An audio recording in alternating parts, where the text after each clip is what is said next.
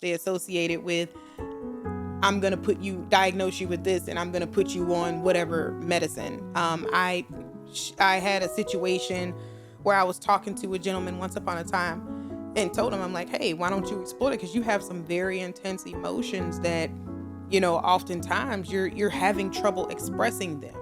And then I feel like there's this emotion that's sitting there, and it could be sadness, it could be anger, it could be a mixture of them, but you can't articulate them, nor will you release it. What is up with that?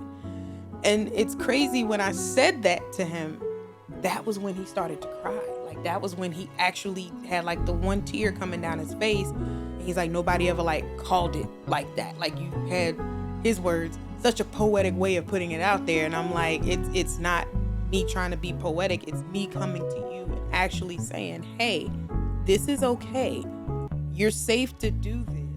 Hey, what's up, y'all? This is MVP with Juxtaposed. Today, we're going to talk about therapy, the stigma around it, and breaking cycles. Stay tuned.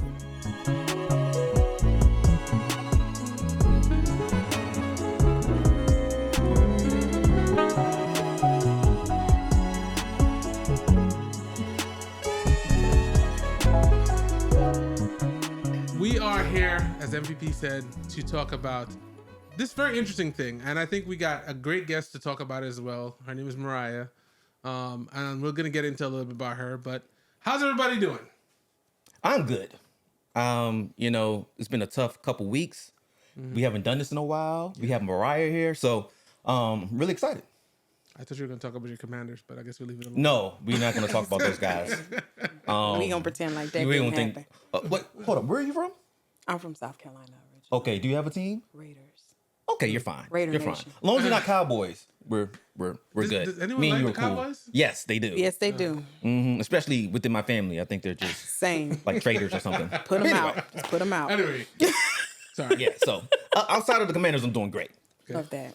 I'm doing well. I had a great week. I'm fresh off of my recent graduating. Congrats. Master graduate year. Congrats. So just kind of taking all of that in, and I'm happy to be here. Yep. Happy to have you. Yay. How about you, Styles? Yeah. I'm doing good. I mean, my life's in constant change right now, but other than that, I'm doing good. Can't complain. And the funny thing is, this is the last time we'll be shooting in this location, so at least for a while. Yeah. So that's like bittersweet, but a lot of change is coming, and I'm looking forward to it. Yeah. So, speaking about change, which I don't know how I'm gonna transition that because that's a weird transition, but we're here to talk about therapy and like all the stigmas around therapy. We feel like you're kind of polarized now because there's still a group of people who feel like therapy is like a weird thing to do, and there's another group of people that are pushing that as a thing, as it's important, like it's literally part of your health. What do you guys take on therapy? And I feel like there's a cheat question because I feel like she's a little bit more expert than we are. But well, I'll jump out there since you're the expert. I don't want to have to follow up what you say. So I think that there was a space for me where I wasn't too sure about therapy, right? Okay. Especially when as a young person, okay, right, growing up. Also within like my family, it was more of a hey, walk it off type of thing, toughen up. But as I get older, I'm starting to understand within myself the importance of therapy. Also considering taking it. So, and we can dive into that later on. But that's where my stance is right now. That I'm open to it right now. I love that for you. I love that for anybody because specifically in our community, we, like you said, it's walk it off. It's man up. It's you. I'm trying not to curse on you. No, you can curse. Yeah, you can curse. Yeah. It's that Rico, like you tough, like, yeah. You know what I'm saying? Like, you know what I'm saying? So yep. It's one of those that is like, anytime I hear our people and, especially when it comes to Black men, because I have a very soft love for y'all, like so deep. I love Black men deep. I grew up in like the neo soul, the Erica, like we love our Black men, you know what I'm saying? So like whenever I hear Black men especially talk about how much they are starting to lean towards it, I'm like, yes, I'm rooting big time. So any way that I can try to help make that, like any questions, because you don't know what to expect half the time anyway, right? So like any way that I can kind of help answer those questions, even saying like what feels good to you when you approach this conversation. Like, I think those things are very important things to talk about when getting it going. Okay. Styles. I have a very interesting relationship with it because my aunt, who's like my mother, was a therapist, and so I've been exposed to it since I was very young. I had a point when I was in high school, and there was a lot of like just traumatic things happening, and she was like, "You have to go." And honestly, it was one of the better things. I had just moved from here to New York, so I was going from like a homeschooling situation to going into like a public school in New York. So it was just very helpful to transition in a way that I honestly didn't know. So I never had the feelings or where it's like, oh, this is weird thing, or it's, you know, like it's only for crazy people type thing. I never had those experiences. So I've always been open to it, even at times when I wasn't necessarily doing it as frequently as I should have been.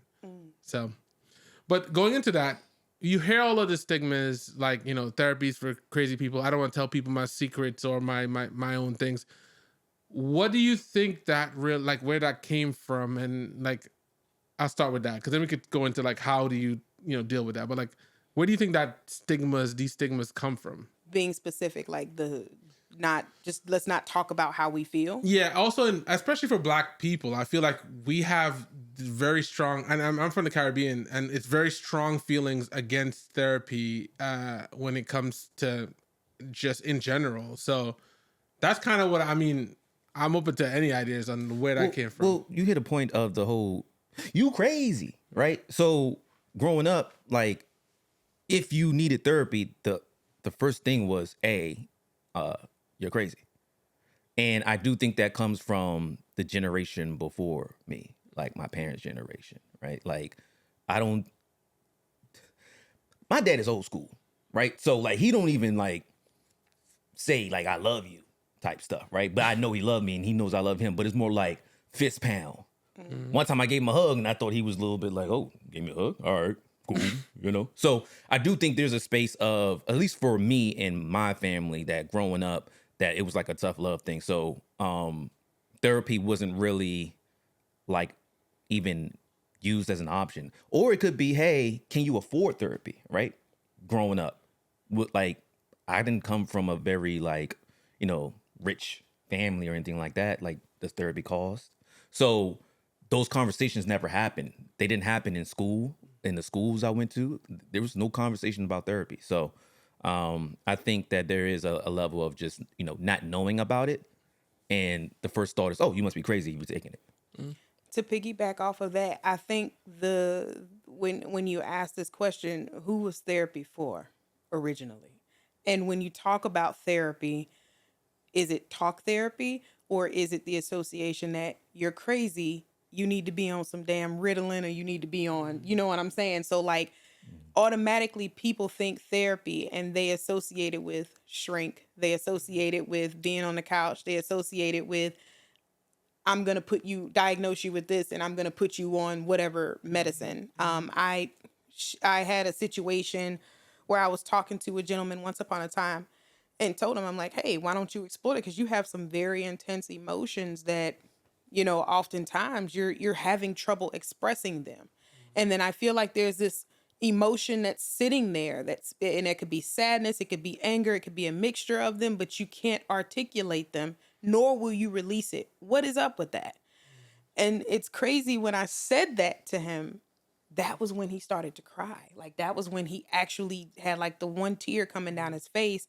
And he's like, nobody ever like called it like that. Like, you had, his words, such a poetic way of putting it out there. And I'm like, it's not me trying to be poetic. It's me coming to you and actually saying, hey, this is okay. You're safe to do this. You're not going off the walls. You're not doing, this is normal. What you're feeling, what you're going through, this is normal. So let's sit down and let's talk about it. Let's try to put a name to it. Let's try to articulate all these different things that are mixed around in this bowl.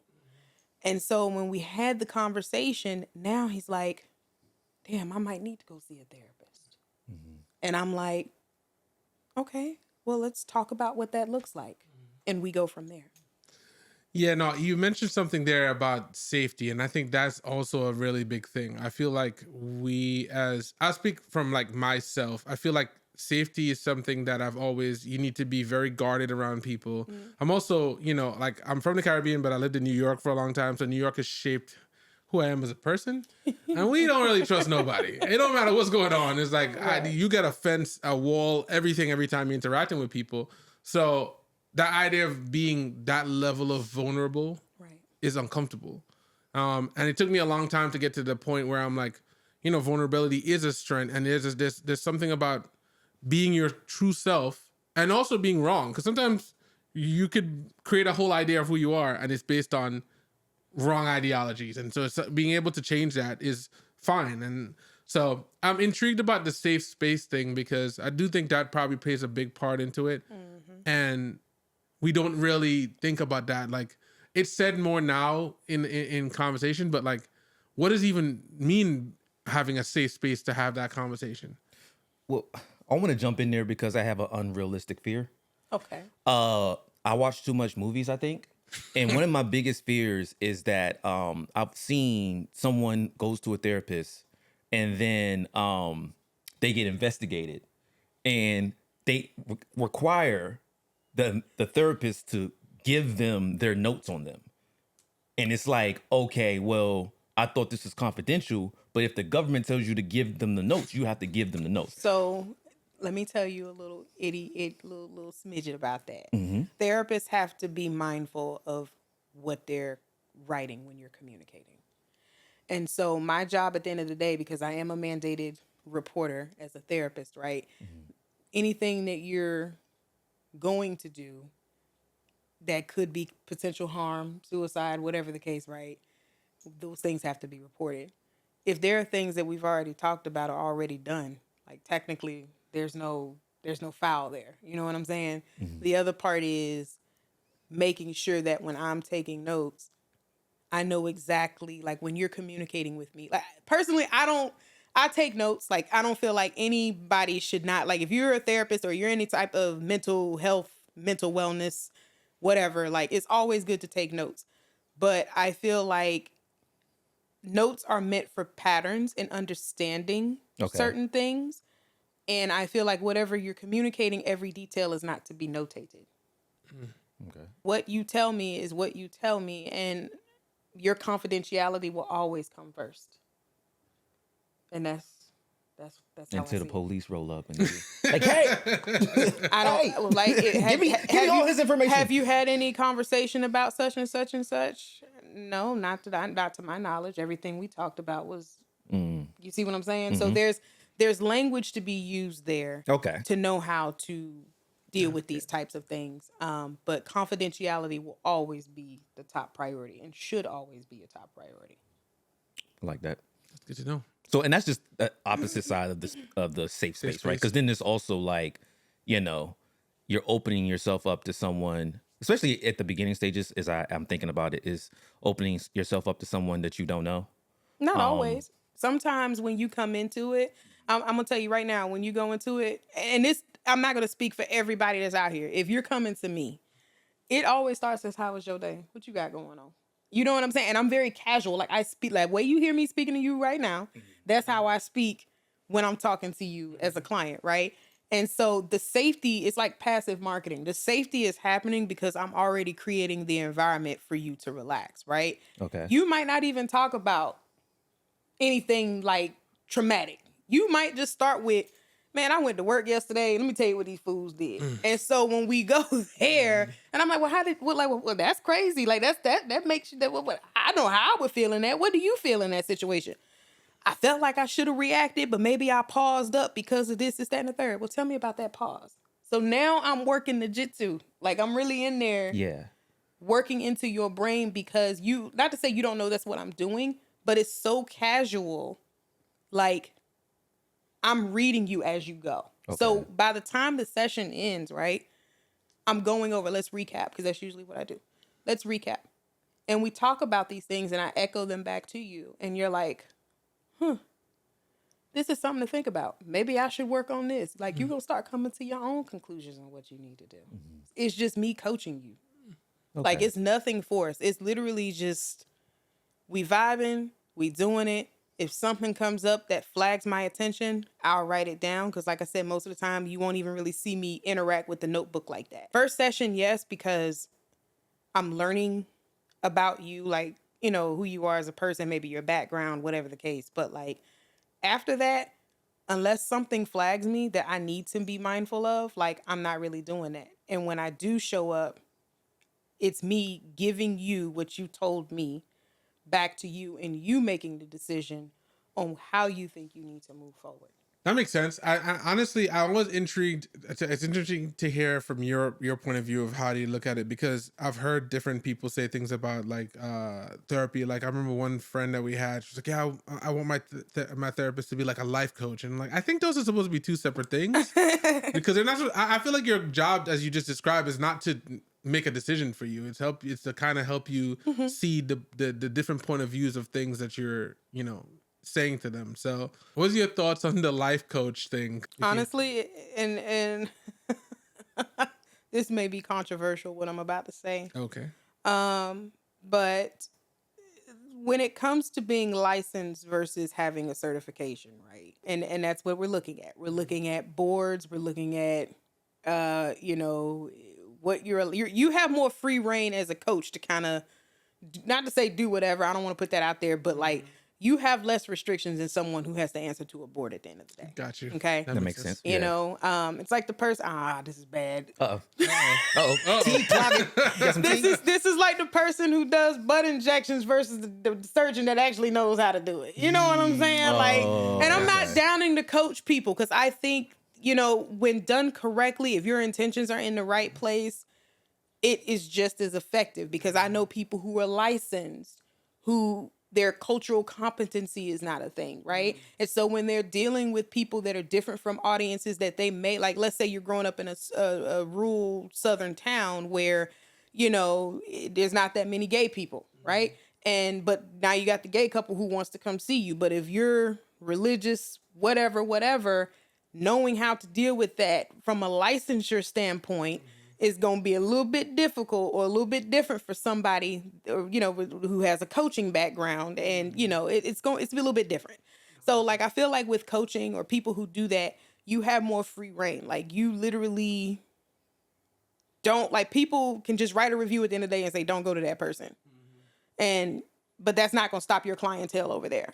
Versus being licensed as a therapist, if someone chooses to not like something that I'm on, not only do I got to deal with the client ghosting, but the client may also decide to approach my supervisor, and then they might say, you know what, I'm going to the board because I feel like this is unethical. And now I got to go sit in front of the board and hope and pray that they're understand. Please help me. You know what I'm saying? So, but again, it's nothing against the people who are coaching. The people who are coaching, I feel like if you're doing it right, if you've gotten the knowledge, like I've actually sat and done coaching courses for ASEC, which is like the governance for like sexuality, everything for, you know, sex education, sex counseling, therapist, all that stuff. And the knowledge that I received from them, I never learned in my master program. Like learning about certain addiction, like sex addiction, learning about BDSM, learning about kink, learning about all these different things. And then to even be a Black woman and to introduce my ideas into that space, because when I get in there, it was mostly white. And so finding more people that look like myself, that like BDSM, that like kink, and can safely learn how to explore those things. They're just now talking about these things in the master programs. They're not talking about it. Before that, you didn't hear anything. It was almost like, how can you talk about therapy and talk about marriage and talk about couples, talk about things without talking about sex? That's very important. Yeah. But like I said, the coaches was hitting on that. And they charging out the ass for it too. So you can just become a coach. You don't really have to take anything to become, like, you can say, hey, I'm a coach today. That's what a lot of motherfuckers is doing. Oh, okay. But I'm saying, like, a lot of motherfuckers did that. A lot of motherfuckers woke up today and said, you know what? I'm an expert. I'm a life coach. All right. Okay. So I'm a a life coach. I'm an expert. So this is what I'm doing or whatever. But there are programs, and like I said, shout out to, for me, Sexual Health Alliance. I did hella research and to find them specifically, and the knowledge that I received from them was monumental because it was something that my master program did not teach me. And so when I started to go into the field and work with couples or work with, like, even with men, y'all talk about sex with your boys, but you don't talk about sex with your boys. Like, y'all be like, man, I was fucking this bitch last night. You know what I'm saying? Shit, y'all die damn glad, you know what I'm saying? Mm-hmm. That's how y'all be. But if there's ever a situation where maybe you had a hiccup or a dysfunction. Oh, no, we don't talk about that. You see what I'm saying? Y'all not doing that. But like coming into the space where you feel safe and like you hint around these things. And then there's me like, so you really gonna keep hitting around this, or we gonna name what this is? Okay. Like, come on. I said, I'm not here to shame you. I'm not here to put you on any type of, you know what I'm saying? Like, if we're going to get to the bottom of what's going on, we gotta talk about it. We have to put a name to this, right? Whatever this thing is. That's something that unfortunately the collegiates, it's not, you have to have a mentor, I feel like, to get that. They're not gonna teach you the technique to do that. Yeah. So you mentioned something about like the cultural, I think, yeah. And I find it interesting because I think when we were talking, we had a conversation about like, there's people who have different experiences. And so when you're choosing a therapist, like you could end up with somebody that doesn't completely relate to your experience. And like for me, in our conversation, you know, one of my second therapists was like a older white woman. And they were like, well, can you go to somebody who doesn't necessarily relate to you? But I think for what I was trying to resolve was, you know, my issues with my family or my mother and stuff like that. It didn't matter as much. But I remember going to other people and it was like, this doesn't fit, right? Like this person completely doesn't understand how I approach things as someone from the Caribbean, as a Black man and all that stuff.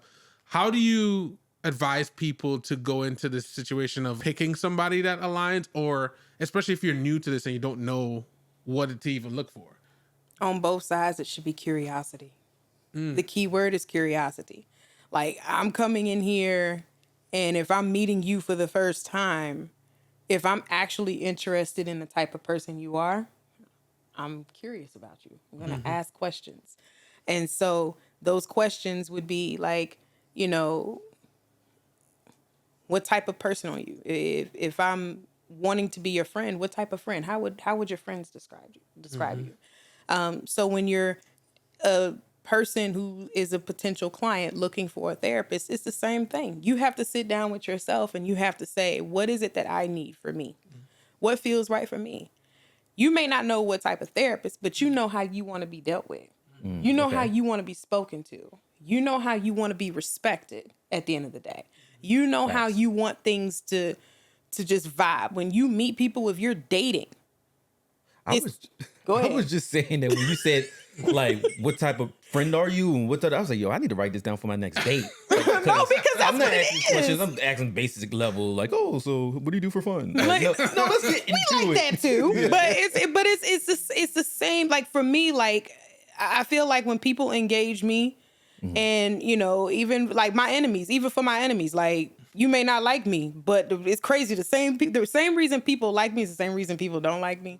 So that lets me know I'm a solid person. You feel me? Yeah. But it's like, and chime off in the comments if you feel how you feel. But it's like, I feel like at the end of the day, like if you really are intentional about what it is that you're desiring, whatever space, if you're looking for a job, if you're looking for, like if you're dating, you're looking for a woman, if you're looking for, you know, whatever you're looking for, you should always approach with curiosity. So you got to know when you're signing up for a therapist, like the first one may not be the one.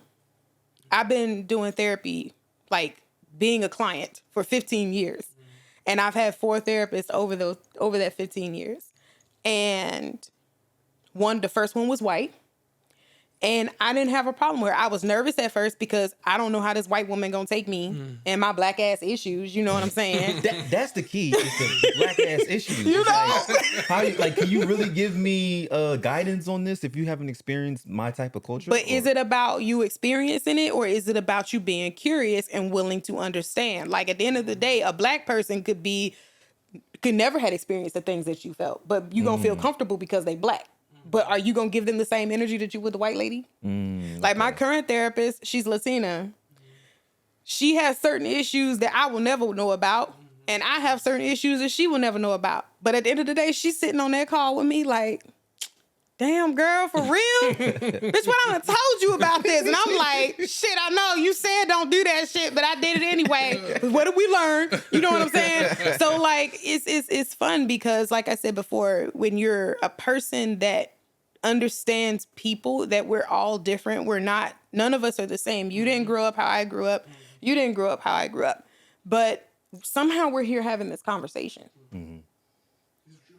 Somehow we're here indulging these things. So the same way that you're coming up and we're talking these topics, the same way you need to approach your therapist or your potential therapist and say, hey, like, what do you think about this? We obviously, I'm not speaking for you. I don't know. But like, I don't think we have anything in common, but I like the description of what you do. And I think your skills could be helpful, but I don't want to feel like there's a disconnect. How can we bridge these gaps? Let's talk about these things. And that therapist, if that motherfucker's good at what they supposed to be doing, they gonna come at you and they gonna be like, all right, let's talk about it. So you mentioned something that had me thinking, is there such thing as, and if you're just listening to this, I'm using quotations, is there such thing as failing therapy? No. Like, because you say you have like 4 therapists, right? You've had how many? About 4 too myself. Right, and it could be different situations, right? Like something change or different location. But is there such thing as like, hey, you know what? I'm failing at therapy. How do you fail at therapy? No. You said it. I want to know what you thinking. So it could be like, hey, I feel like I have to keep changing my therapist because me and the therapist that I've chose isn't working out. What's not working out? I don't know. Let's see. Maybe I don't feel like I'm making progress with this therapist. Maybe I don't feel like this therapist understands me. Maybe I feel that I need to take my talents to South Beach. You know, I don't know what the issue could be, but I know there's a space where people try something for a period of time, and if they feel like they're not, it's even like working out at the gym, right? You could be working out, but if you're not gaining muscle, you might be like, okay. So let's talk about that. Okay. You mentioned the rep, which is a great reference point to talk about the gym. Most people that go to the gym don't know what the hell they doing. Mm-hmm. They get inside the gym and they just pick up a damn weight, or they hop on a treadmill and then wonder why their ass ain't losing no weight. Or they're not gaining no muscle. That's what you said. Yeah. Or, you know, it's starting with going to the doctor, finding out what's going on in your hormones, what's happening in your blood work. All these different things. It could be thyroid issues. It could be all types of shit that cause problems that when you go to the gym, you're not getting the results that you want. You could have a great diet, but because there's something written in your genetics, if you're not going from the ground up to figure out what's happening, you're not going to reach the goal that you want to reach. Or you'll start dieting and doing a whole bunch of shit that's extreme, lose the weight, and then the one time you pick up a french fry, your ass is back looking like Miss Puff. You see what I'm saying? So therapy is the same thing. I don't believe that you can actually fail therapy. I think how you fail therapy is going into it and not being open to learning what the hell you need to learn from your experience. You will get, if you go to therapy and that therapist wasn't for you, you didn't fail. You learned something. If it was in her tone, I don't like how you did that, and she doesn't challenge you, because I've had that happen where I'm speaking and my client looks at me like, I don't like how you said that. Tell me why you didn't like it. Like, I've literally been in those situations, but it's still therapy. Because if you walk away from me today because you say, okay, well, you know what? I feel like you pushed the gas a little too hard for me. Okay, that's cool. Here's what you've learned, though. Here are the tools that you've gotten. Take what you have and go find what it is that you're looking for. Because this doesn't work if you're not willing to explore. So did you really fail if you learned something? Yeah, I can see that. Yeah. That makes sense. To add to that, probably the only failing way is if you don't, like if you try one and then give up. Right. I think that's like one, because I think that people expect, it's weird because I guess you don't have that experience in any other thing in life where you go into a situation and expect it to be perfect the first time. So, but I think because it's already a space where people are uncomfortable, they're like, oh, well, this was actually a little bit uncomfortable, so I'm never going to do it again. It's like, but What I've learned, but that's interesting though, because this is not just with therapy. This is medical in general. Like if you That's learn, true. if you go to the doctor, you are hoping that everything is right. You know what I'm saying? If you're going to get STI panels, if you're going to check your blood pressure, if you're going to have a CAT scan done for some reason, like you're hoping and praying for the best possible outcome, but there's always that chance where it might not be. Yeah. When it comes down to mental health, there's scales, obviously, but nobody's sure what to do or how to feel or think about mental health, because today you might feel some type of way, but tomorrow you might feel better. Or you might go through a slump for like 6 months and wake up 7 month day one, I feel brand new. You know what I'm saying? So it's like you, at the end of the day, I think, again, this comes back to that one word that I talked about, curiosity. Curiosity is going to get you wherever you need to go. If you are too busy, not willing to explore, you're doing yourself a disservice. I had 4 therapists because I outgrew them, not because we didn't get along. Like the ones that I didn't really vibe with like that in my exploration to try to find the therapist that I wanted, like it came down to, again, in the area that I was in when I first started, rural South, and there were mostly white therapists in that area. You feel me? So like trying to find the ones that had that mindset of I'm willing to learn you. You feel me? Like that was the difference between someone like that versus someone who, like, when you giving me odd looks, but you're not following up with what's making you feel odd about what I'm telling you. You see what I'm saying? Yeah. So like sometimes, and there was a situation where I disclosed something to a therapist. It was a white therapist who, like I said, they had no experience with Black culture at all whatsoever. So when I made a certain reference point and disclosed this information, she was looking at me like, oh my God. And I'm just like, well, damn, bitch. Like, what you... Is it that bad? Right. Like, what you feeling? And so, like, she's like, well, I apologize. I just, this is something that I've never heard of. And I'm like, really? And she's like, yeah, but she didn't follow up with teach me. Like my other therapist, shout out to Kate. So at that point in time, it was just one of those that it was like, when I finally found the it girl for that time, it was just, for me, it was the curiosity factor. It was, I'm willing to learn. Just teach me. I don't know shit about what you got going on. I'm not even gonna sit over here and pretend like I know what you got going on. But just teach me what it is, and I'm gonna work with the framework, like the actual therapy itself, and we're gonna get you to where you need to go. Okay. That's interesting. How do you, I guess, curiosity is one thing. What's one other thing you would say that people need to like consider when approaching finding a therapist? I think you also need to look inward to yourself. Like, one thing to be curious about something or have curiosity. The other thing is, what do you actually need for you? Like, if you slow down at the end of the day and you say, I'm depressed. I feel depressed. Because a lot of people don't slow down and sit with their thoughts. Everybody got noise going on. Yep. Advice: shut that shit off. Learn how to sit down with those dark thoughts, because it happens. We get into dark spaces. We're not going to sit over here and pretend like, oh my gosh, if we just ignore it, it goes away. Like, sit with those thoughts, right? And when you sit with the thoughts, say, what is it that I need? What do I want from this? I obviously don't want to feel this way anymore. But in order for me to feel happy, what do I need? Some people will say, I need money. I got a fucked up job, or I'm in this messed up relationship and I don't know how to handle that. Or I grew up with these types of issues from my family and I wish I was closer to them.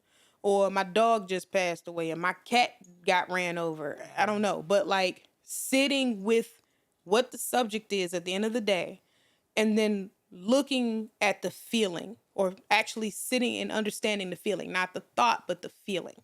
I understand with men, y'all like to think about what you feel.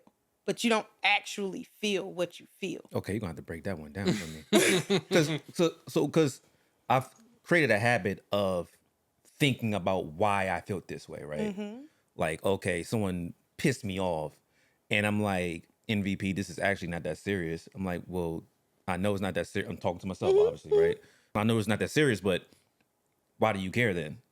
And it's like, you know what? I don't like their tone of voice, right? So is that me thinking about my feelings? That's or? processing. What you're Okay. doing is processing, and there's nothing wrong with that. What I'm saying is when I ask you, like, let's say we got into an altercation for whatever reason, you and I were arguing about something, and I ask you, you know, like your response to me in that moment is, well, that's not it. That's not what this is. And I say, well, name it. What is it then? And you're continuing to describe the actions of what took place, but you don't actually say, you made me feel hurt. You made me feel violated. Okay. Like actually putting the name to the emotion so that way now I can follow up with you and say, well, damn, babe, I'm sorry that I violated you or I made you feel some type of way. Let's talk about what led up to that. Now, this is the beauty of being with somebody who does mental health shit. Because I'm like, I'm gonna talk you through it and walk you down every single time. You feel me? I'm taking notes in my head because I'm like, the big thing you just said to me is that I don't, look, I'm speaking for myself, but I don't associate like emotion to whatever it is. Like, oh, that hurt me, like, or that made me feel whatever that word you want to use. Right. I don't really think like that. Practice. But the question is it that you don't think like that, or we've been, from a societal thing, we've been pushed to believe that we shouldn't communicate that? Both. Because I honestly, I feel like at times when I've been vocal about stuff, I've had people be like, oh, you're sensitive. That's the one you get a lot. And I'm just like, yes, I'm a human. I have feelings. Like I can't turn that off. And I think also because I grew up with somebody who was forced me to be like critical around my feelings. That's a different thing. But it's like, it's not commonplace. So you find a place where people are like, yeah, I'm not going to say anything, or, feelings are not for men. I say, fuck you. Okay. Like at the end of the day, because it's like, nah, because I learned different. You know what I'm saying? And I've had too many people come up around me with that same, and even as a woman, you have your feelings weaponized. Well, you on your cycle. That's why you acting wild right now. And I'm like, yeah. People say that, yeah. Nigga, when I'm not bleeding, I'm on your ass. So what is you talking about? You feel me? So it's what are we talking about? You know what I'm saying? So it's like at the end of the day, now fuck them. Because at the end, I say that you respectfully, disrespectfully, however the fuck you want to go about it. But like I feel like strongly about like you have emotions because you a fucking human. It doesn't matter if you're a man, if you're a woman, if you, them, they, he, she, whatever your pronouns is. If you have feelings because you're human and you're a person, and at the end of the day, even animals, they you see the emotions on their face when you be like, take a damn dog biscuit from a dog and watch how he be like, you see what I'm saying? So it's like, normalize the fact that like, hey, it's okay to have emotions. What you're not allowed to do is sit too long in those emotions, though. And the truth is that once you identify what you got going on, it's your job to pick it up and figure out how you're going to get beyond what it is. But do not let anybody tell you that you're not allowed to feel what the fuck you feel at the end of the day. Don't let nobody come at you say that you sensitive. I ain't got time for that sensitive shit. I had somebody say that to me once upon a time. Basically, fuck your feelings. And I'm like, well, if you say I'm a sensitive person. So if you say fuck your feelings, that means you said fuck me. So I'm going to say fuck you. And now we can go on about our merry own little business.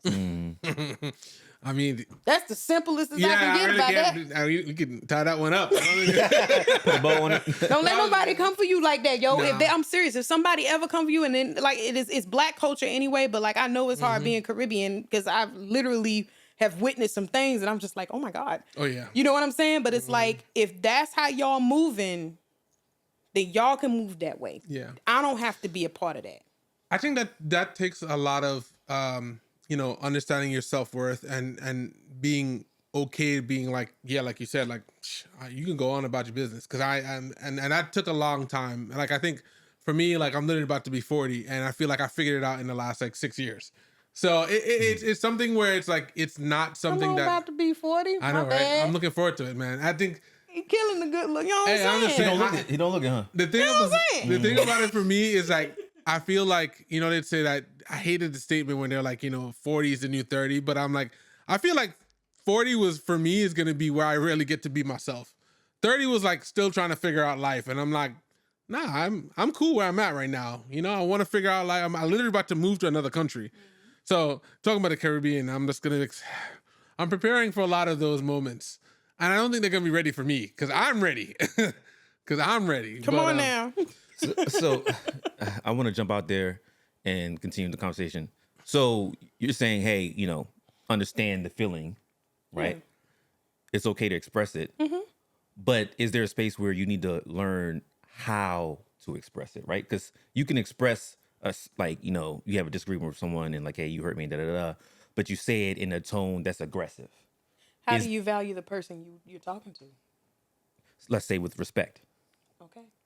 So, for one, there are some people that they're just some disrespectful motherfuckers. Ain't no way how to cut that, right? Okay. But now you got to ask yourself, is this somebody that I want around me? Because you stressing me out, yo. You mad disrespectful for no reason. I ain't even come at you no kind of way. But here you are on this shit with me. I have the right as a person to say, again, I don't want that around me. I don't think this is going to work. You go your way, I go mine. And that's you making the active choice to choose you. Nothing wrong with that. Okay? Okay. The other part of that also is when you're the one being aggressive, how do you value the person you're speaking to? Because I'm going to tell you, now you do see a lot of people crashing out on their bosses and shit, but once upon a time, there was a situation where people would go to work and they'd fake it. They boss be doing all types of shit and they would crunch that smile up and say, you know what? I'm gonna let it go. But as soon as they get home, to the person that actually cares about them and the person who tries to speak to them, and maybe it's some shit that I don't know, it may have rubbed them the wrong way. The energy that you probably should have gave the boss outside, you giving it to your loved one. So you gotta sit down and think about the value of the people that you're speaking to. At the end of the day, I respect and value myself. So I'm not gonna come at you no kind of way, right? Now, if you come at me some type of way, this is not me, the therapist. This is me as Mariah, okay? I'm going to give you an opportunity to wind it back before I start moving how I'm about to move. I'm going to talk you down. I'm going to say, well, what made you say something like that? Why would you say something like that to me? What feelings do you have right now that makes you come at me how you coming at me right now? And if you still on that, I'm going to say, be careful. Be mindful. And again, to those who know me, chime off in them comments. Go ahead and validate these statements real quick. You know, what are we doing? I'm not speaking to you that way. Let's take a moment. And if I decide that day that I want to be extra, then I'm probably going to go off. But if I'm being cool and I'm like, you know what? This ain't even worth my time. This ain't even worth my energy. This ain't even worth me being on no type of shit. I'm going to be like, you know what? You got it. Go ahead. I'm going to excuse myself. Because at the end of the day, this is for me. This is for me. And I value myself and overall in any situation. So as soon as you start being on some shit, like I've learned to master walking away from it. Not gonna turn my back on you because I don't know. Oh, you gonna Homer Simpson into the bush? Like, I'm saying I'm watching your ass on the way out. You on feel the way me? out, okay. You know what I'm saying? But like, I just feel like at the end of the day, it's all about the value. How you value yourself and how you value other people is how you approach them in any type of situation. Interesting. Okay. That's very fascinating. So, what do you do? I guess the way you describe that sounds very particular to like a personal relationship. And No, I even feel professional. well, yes, but okay. To Get the personal side, I'm like, I feel like I've seen it, and even myself, when you're with that person, even though you value them very highly, they're the people that can get under your skin. And I feel like this is one of the relationship I'm in now is the best one I've had because we'll have disagreements and we can literally talk it through immediately, which is all credit to her because generally I'm just like, all right, cool. I'm just going to stop talking now. and I just deal with it later because I feel like it's very easy to go worse when you're upset. If I'm in the middle of being upset, I don't want to logically have a conversation because now I'm thinking about all the things at an elevated level.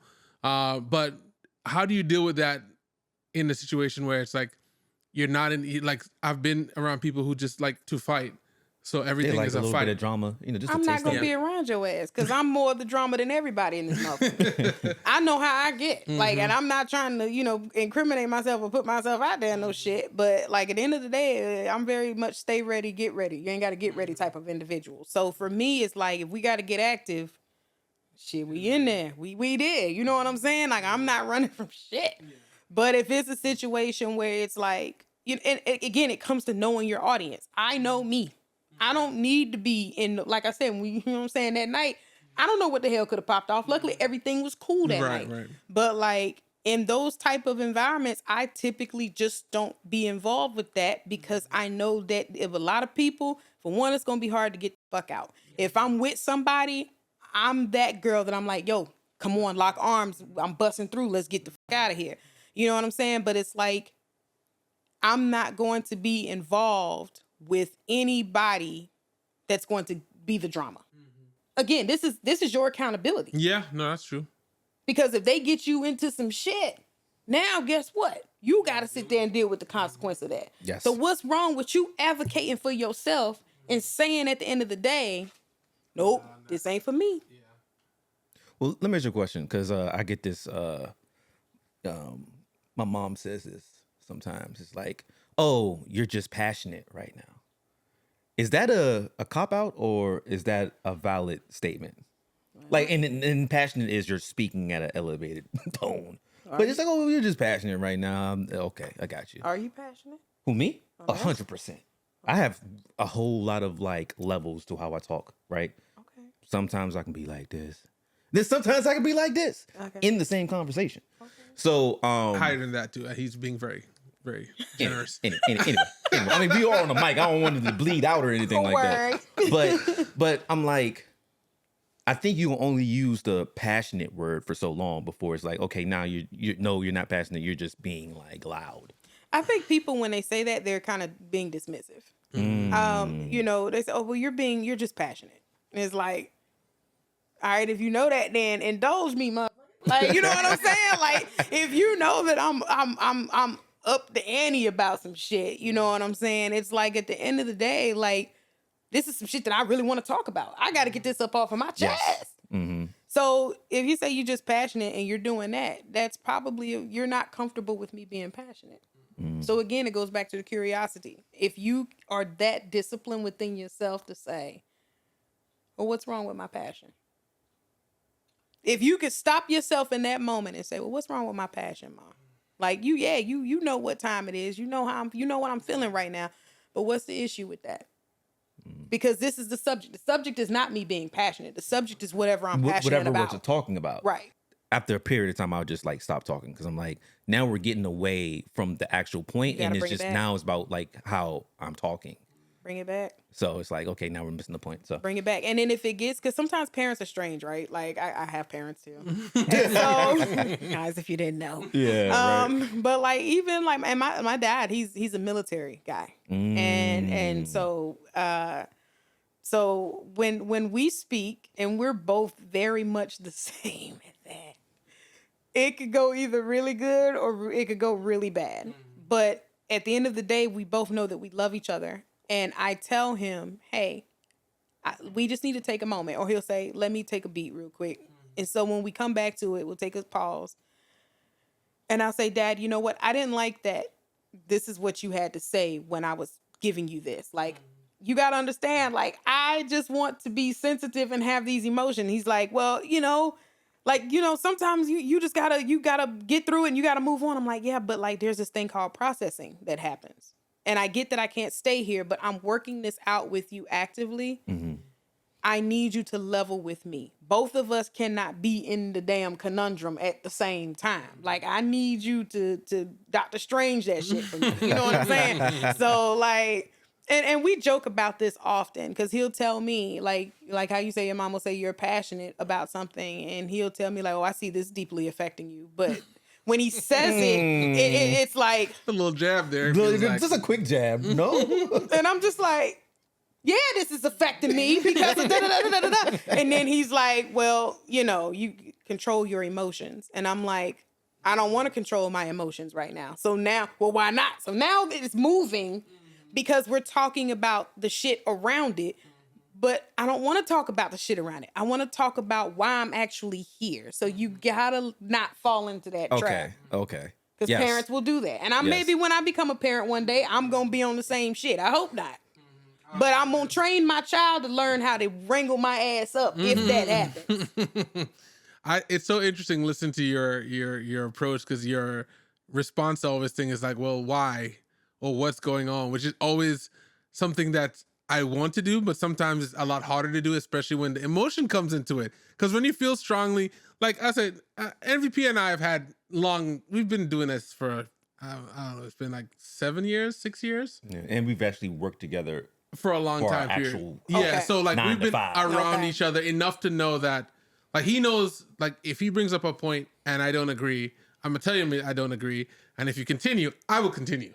I will not stop because I will like it's just a thing, and it doesn't mean that I'm trying to prove that I'm right. It's more just like this is how I'm wired, and it's with the people I care about. If it's somebody I don't care about, all right, just like you said, all right, cool. Why is that though? Why is that? Why do I have to? Shut up. This is a good question. I think for me, it's more that I want to be very clear with what I am trying to say, and sometimes that means going until I explain, or I feel like you understand. And you understand what I'm saying. But to your satisfaction. Yes, maybe yes. So, what if the person already understands, but you just still fuming? Like going through going through your emotions. What if you beating a dead horse? Possibly that does happen. Possibly. I don't like how strong he's nodding his head here. Because there's moments where I'm like, yo, I understand what you're saying. We're actually saying the same thing, just different ways. Okay.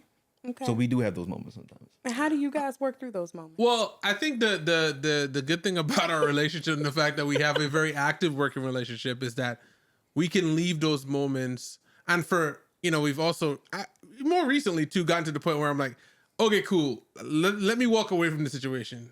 Because if I continue, now we're going to end up in a place where it's not productive at all. Okay. So that's something that we worked on recently. There was points where I was like, I'm not going to talk to this dude right now. I'm not going to talk to him because we're just going to go at it. So, but we usually do come back because we have to see each other. I can't avoid them, right? Right. So we have that space where we come back and we talk about, and usually we're at level heads, right? The days gone by, and we talk about what's happening. And then we do ask those questions. Well, why did you think that? Or why did you feel like that? Oh, when you said this, it made me feel this way, and then vice versa, right?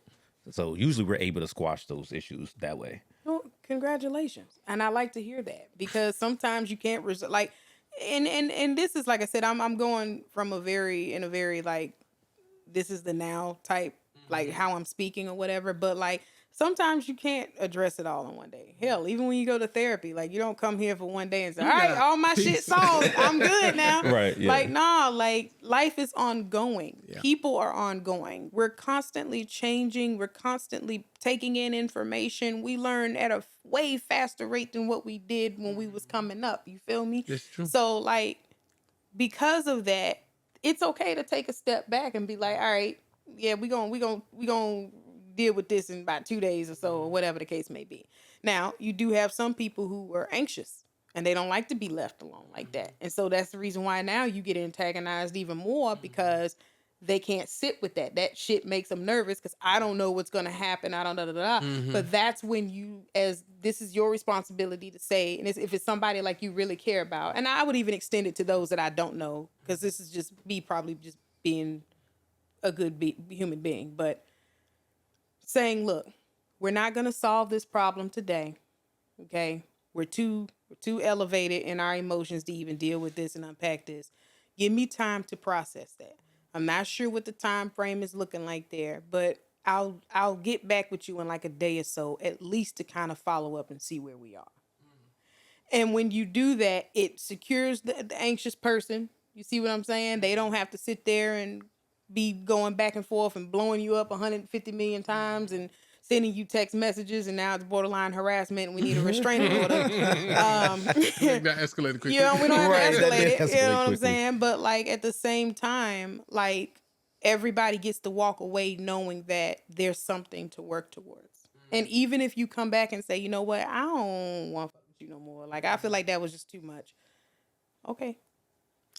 Yeah, time to process it. There is definitely something about that, because I think of situations like in my personal life where we had friends that they said stuff and I was like, all right, cool, I'm just never speaking to you again. And then time passed and then we end up having the conversation and realized that there was just a misunderstanding. And that's why in our situations, a lot of times it's like, there's a space where we're going to do this. Like we're going to do either the podcast, we used to work together every day. Like, so our connection is pretty much solid. So it's not going to be a point where I'm like, I'll never speak to MVP again. So I want to make sure we deal with it at some point, but it's normally not. I try not to do it at the time, just the immediate, because I know that I'm just getting irritated and it's like it's gonna get worse. And then he's a person where and I mean, you could correct me if I'm wrong, where he's like, I want to deal with this right now because we're already having the issue, and I'm just like, if we deal with this right now, it's gonna get. I'm gonna lose my cool, and it's gonna be worse. Yeah. So let's And sometimes when I want to deal with it now is because I'm not as passionate as he is in the moment. Okay. So I'm like, but just because I'm not as passionate with you, I'm still want to defend my point. And I'm like, there's a space where I have to learn, and this with anybody, that the way I feel in the moment doesn't necessarily mean the way they feel in the moment, right? So. Like when we do have the moments where he's like, yo, I got to step away. I'm trying to get better at understanding. Okay, he has to step away and then we'll talk about it later. Instead of like, nah, come on, let's talk. We in the shits now. Like, let's go. So. And that's something that I'm super happy that I learned. Because like you, I'm with the shit. It's like, I'll be like, yo, what? Come on now. You know what I'm saying? But it's like understanding that person may be processing at a different rate than I would. Right. And so like, not to pick on you again, Dad. He can be like, bro, leave me. But like when he and I have our interactions, it's kind of the same thing, because both of us will build each other at the volcano at the same time. And then it's like, okay, let me just take a step. Let me just bounce back, and like learning to practice that. And it's crazy because he actually says like, I'm proud of you. Like, I feel like sometimes he be jabbing at me just to see if I'm gonna be about that life or not. Cause and he, if you know my dad, man, you just know. But I just be like, do you still got it? You know what I'm saying? I'll be like, dude, like I'm good. I'm like, you're my father at the end of the day. I'm not trying to do that. And even when I'm in the workplace and I'm dealing with people, even with my own friends, my own relationships, like at the end of the day, like it's, to me, if you are value to me, like if I value you as a person, I'm just going to let you have it because it's not worth me. I am perfectly fine with, I don't know if that's taking the L, like what our culture would consider taking the L, but for me, it's more like taking a back seat. Like I don't have to be in control of this dynamic. We'd say this a lot, and I feel this way, is sometimes you have to pick your battles, right? Like, especially if I'm not as like so gung-ho on whatever we're talking about, there's going to be a moment where I am and I'll use that moment to really express what I want to express for that situation. Right. But something like I might think Styles is more passionate about that I'm not necessarily, I might be like, you know what, you got it, right? Right. Because it's, and not to downplay what you're saying or how you feel, but it's just like, yo, I'm not as into what you're talking about as you are, and so hey, you got it, right. So. It's and as you're describing this and we're talking about this, I feel like there is a little bit of ego in this as well. Oh no, I'm aware. I think one thing I am self-aware. That's one of the reasons why I feel like I have the friends that I have, because people come and tell me like, "Hey, nah, you were wrong for that," and I'm like, you know what? Okay, maybe you're right, and I didn't think about it that way. And I'll come back. It doesn't mean that immediately I'm gonna be like, "Oh yeah, you're right." Maybe like, okay, let me think about it, and then come back. So. It definitely plays a part. And I don't know. It's not necessarily that I feel like I have to be right all the time, but I feel like if I'm right in this situation, I'm going to prove that I'm right. And why do you need to prove it? Oh, that's a good question. I don't know. I feel like I've been in multiple situations. Like I think of my past job where I felt like I had to prove my worth at all times, and it was never ever like really, if valued. But I still had to do it and still had to prove it. So that kind of created a space in me, and I guess there's multiple things I could think back to that I felt like that at the core caused me to have to prove that as well.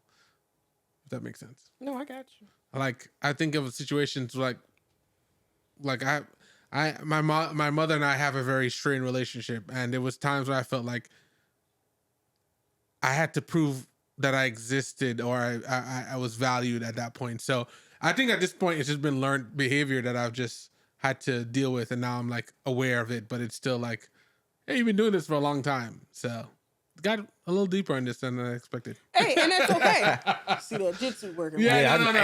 You get it. I ain't saying nothing. I'm just listening. So yeah, like, and so we all deal with that to a degree, right? Mm-hmm. But me asking you the question of why do you feel like you have to prove it, and your response here, for me, I hear that that you got the juice for real, right? But like, if other people don't see that in that moment, somehow it kind of distracts you from what it is that maybe the point that you're trying to convey or what you're trying to drive in that moment. But it's like, the truth is, just be cool with leaving the apple on the desk and walking away. And I say that because if you're the guy that comes with the apple and nobody else is coming with the apple, eventually the person is going to say, who the hell left me this apple on the desk? That's deep. You see what I'm saying? Yeah. Like at the end of the day, that. Like you just show up with it. And it's like, it's your personality. It's who you are. Nobody can be Styles. See what I'm saying? Nobody can be you. People can sit over here and pretend to be. You got them weird ass people that like to watch you and try to copy your shit, do everything. You know what I'm saying? But it's like, at the end of the day, that fingerprint is still yours. That's facts. So be the guy who leaves the apple on the desk and walks away and doesn't look back. Because at the end of the day, the person gonna find who the fuck left that apple at the end of the day. Nobody else could say that they did that. No, that's real. This is just tidbits to take into the 40s. You know, like I'm telling you, let her cook. I'm telling you, the 40s they'll be like, yo, who is this person and where has he been? Because I'm looking for remix. Yeah, I came back something new. Complete new country, new every. I'm about to be. Who this? Yeah, like. You say Styles with a capital S from now on. Period. Okay. So I guess as we kind of wrap up the therapy conversation, and this is something that I think would be interesting to talk about, is DIY therapy thing, where people are like, yeah, I spoke to, my friend, my dog, especially now with the AI thing, I spoke to. Spoke to chat. Yeah. So I can start this off. Because you said chat. Come on, chat. So there's one, I started this conversation with saying, hey, I'm leaning towards therapy, like actually taking it seriously and going to therapy, because I think I've hit a plateau of like, I'm gonna need more to get to the next level. Okay. But what I've been doing in my life is finding people that I feel have a way of understanding the world where they can see both sides of things, whatever it is, and also be honest with me, right? They're not like yes men or like, oh, I gotta cater to MVP's feelings. I've created a circle like that. So I've spent a lot of time having tough conversations or deep conversations with my friends, right? I've also spent quite a bit of time with Chad. And I want y'all to put some respect on his name or her name, whatever it name is, because it is, especially sometimes I can't reach someone, right? And I'm like, yo, Chat, am I tripping? And I've noticed Chat gives you both sides. I'm a type of person, I look at things from both sides, right? So I can be wrong or right, but when someone talks to me and they're just like, no, this is what it is, and they don't keep an open mind to how people could view things differently, or how people could experience different things and not understand what you understand, that, hold on, I feel like you're making a face. Yo, I'm just watching your energy. I'm waiting for it. Go ahead. I understand what you gotta say. Well, basically, so yeah, using the chat or whatever. But I'm getting to the point where I'm like, yeah, that's cool and all, but that's not going to get me to the level that I need to be, far as from like being happy with myself type of thing. What I heard is you want somebody that's curious. Okay. It goes back to that word again, because you said I could be right, wrong, left, right, whatever. Like sometimes I can't reach nobody, so I hit chat. Chat gonna give me all perspectives. The only reason why chat gives you perspectives because it's an AI, and AI is often curious. In order to, that's what it is. That's a AI bar. is literally It literally that's its job to be curious and learn. That's it. Yeah. And people kill me because like I was having this conversation with a coworker the other day, and I told him, I said, dude, I said, you telling me all of this, but it's like we're the ones feeding the shit. We're the ones feeding the machine. Why are we telling ourselves that we fucking dumb as shit when we're the ones feeding the machine? The machine just knows how to articulate it because it deals with language. It goes through all different aspects, right? And I'm even starting to discover that it's learning culture, which is another interesting thing. Mm-hmm. It's starting to learn culture. Like if you talk to it a certain way, if you chat has a talk feature now, and if you actually click it to the microphone so you could talk to it, it'll talk back to you. You can pick whatever personality you want. My girl, I think she's British for real. She's like, you know what? That's very interesting that you're talking about this. And she'll actually say, she's like, give me a minute. I'll think about it. So this is what I'm thinking about it. And that's how she talks, and the voice inflections. And she's literally like, but girl, don't worry about it. You got this. Like she's learning because of how I speak to her, because mine is a her. She's speaking to me the same way I'm speaking to her. So that's very interesting. Yeah. But I'm always like, we're here now, and if you can't beat it, join it, right? Mm-hmm. And so, because I'm not gonna fight you. I watch too much damn Terminators. Yeah. I'm not fighting shit. Hey, what's up, man? You know what I'm saying? You got it. I don't want no smoke. I don't want no smoke. None of that shit. But I will say to that, it's all about being curious. And at the end of the day, I think if you actually found a therapist that gave you that, you'll be good. Okay. I literally think that's what it comes down to. Like just hearing what you're saying and hearing like how you like, even hearing like, you know, how you disagree with people. Your issue with who you disagree with is how people are already one-offing you, or they're dismissing you. They're just sticking to this one main point, and you're like, nah, this is a whole shit that I'm trying to unpack, but you're not letting me go there. You're not letting me dig deep. So it's like, if you can't get that, it's like, of course you're going to feel how you feel about it. You're still going to be curious about therapy, but you're not going to know how to approach it because you know what it is that you want. But I think you stand on business with who you are. I think you keep that idea of wanting someone who is curious, and I think you don't stop until you find that. Okay. I mean, even with you, when you mention like, this is the best relationship I've ever been in, but the simple fact that like, I can go here and, you know, she gets me in this space. Like she understands it, so we could talk and troubleshoot. The only reason why people are able to talk and troubleshoot is because they are curious.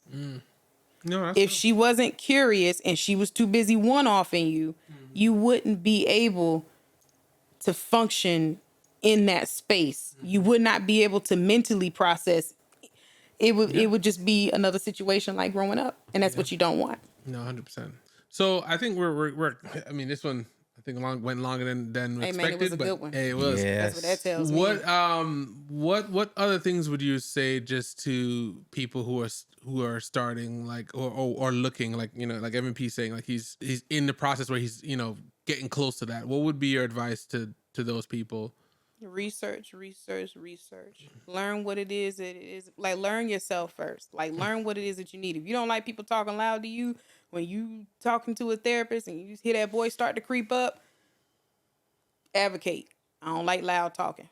All right. I'll keep it at a low minimum, or you probably not for me. All right, bet. Next caller.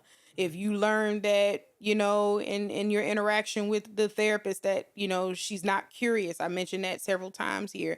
She's not curious about your culture. He's not curious about your culture, not curious about who you are. They're just one-offing you at that point. There's no growth. There's nothing to learn there.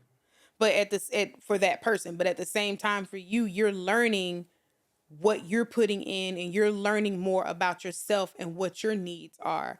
And so as you start to tailor that, you'll start to become even more dialed and honed in on what that therapist should look like for you. Also, and I know we talked a lot about cultural competency. I had a friend the other night say, like, when I deal with black women, because she's a black women therapists have the tendency to girlfriend me a lot. And so they talk about their own perspectives and their own things that happen in life. But I'm like, hey, we're here to talk about me. And I'm like, well, did you say that? No, I didn't. Say that shit. Because at the end of the day, that therapist needs to learn or know. And they could be a veteran in the game or they could be a baby therapist. You know what I'm saying? Like, at the end of the day, if you're going to be good at what you need to do or what you're trying to do as a therapist, clients, you have to make them aware of what's going on. You have to let them know so that way they can know how to be good for you and they know how to, tailor those needs to whoever their clients are. You just never know. And therapists, be willing to learn. Like, don't sit over here and say that you know it all.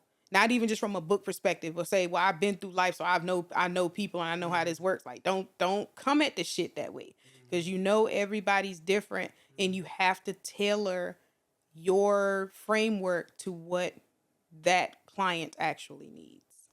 I have a question, actually. Okay. So I have a friend who's going through therapy and is going to therapy, but her culture doesn't necessarily believe in therapy, right? Okay. And so there's a space where she's concerned about telling her family that she's in therapy because she doesn't want to get backlash or whatever it is. Okay. Do you have any recommendations on how to tackle something like that when, you've grown up with your family and they're like, hey, or especially, oh, I'm taking medications because my therapist recommended this. And now the family's like, oh, no, you can't do that. Or why are you doing therapy? Da, da, da.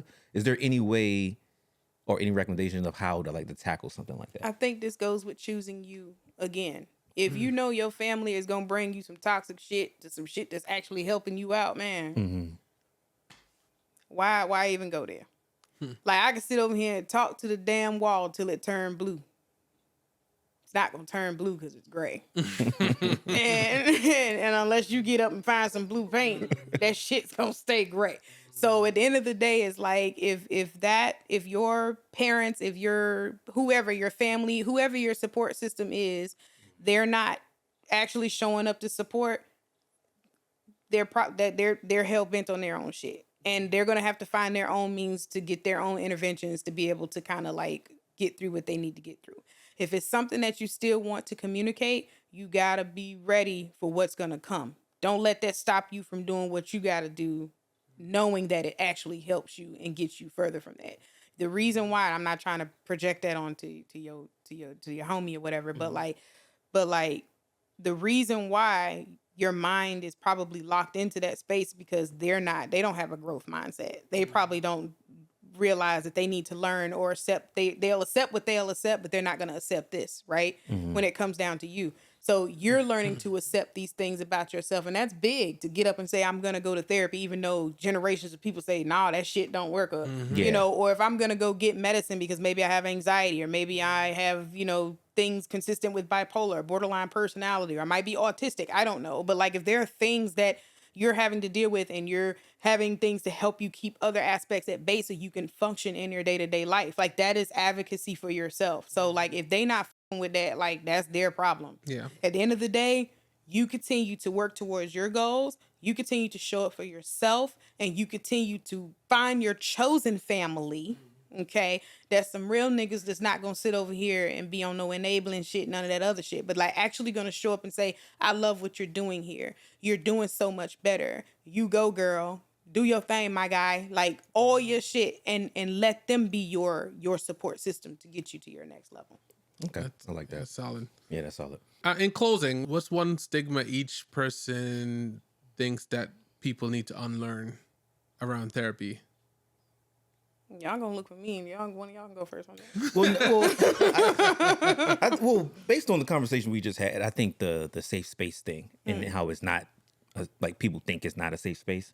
I think that's probably gonna have to be unlearned, because if I met a therapist like you, I even like the way you came into the room, your energy, your vibe. You seem very down to earth.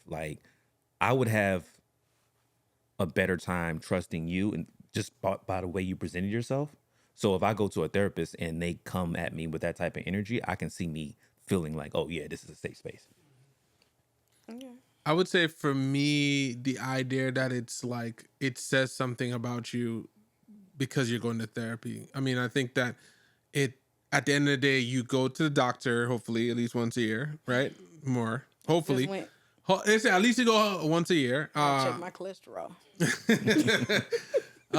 You know, in cases where like if you get hurt, you go to physical therapy. That's not you're not like, oh my God, I'm broken. No, it's like, you know, I'm getting whatever I need to do, you know, done, sorted out. So I would say it's something that everybody should do. Or truthfully, I feel like it would make the world a better place with everything going on. At least sorting out some of these feelings. And right there, we went through this whole conversation where you ask why, and that took us into a place where I had to be like reflective and you know, spend time thinking about why I was doing something. And to me, that's, if we had a little bit more of that in the world, it'd be a better place. So that would be mine. Okay. I think for me, when it comes to stigma, just understanding that therapy is on a spectrum in itself. There's so many different types of therapy. Like trying to explore which one is for you, that should make you curious right there. You know what I'm saying? Like there are adults that do play therapy. There are adults that do art therapy. Really? Yes.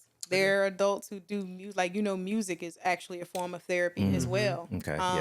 So there are so many different aspects when you're dealing with couples. It's relationship. Gottman. Like Gottman is I love both of them, Julie and John. You know, when it comes down to sex and kink and BDSM, like there's art in that. Like people go to these dungeons to have like erotic art shows. Like you can literally paint on your person or a person. Like there are ways to explore any and everything. So don't be so quick to write it off. Be curious and go into it with the mindset of, I just want to learn. That makes sense. Well, we thank you for making it, and this has been this is one of a great send off because, as I said, we're not in this space anymore, so this is a perfect way to end it off. Tell people where they can find you and connect with you. Everything MariahTheeFoxx, TikTok, Facebook, Instagram, and that's MariahTheeFoxx with 2 E's and 2 X's. Yeah, we'll definitely have that in the notes. So Yeah. Thank you for making this very interesting conversation. And I'm pretty sure, based on this is not going to be the last conversation we have. Hell no, it better not be. I'm here now. Yeah. But yeah, no, we appreciate you. This has been Juxtaposed. Peace. Peace.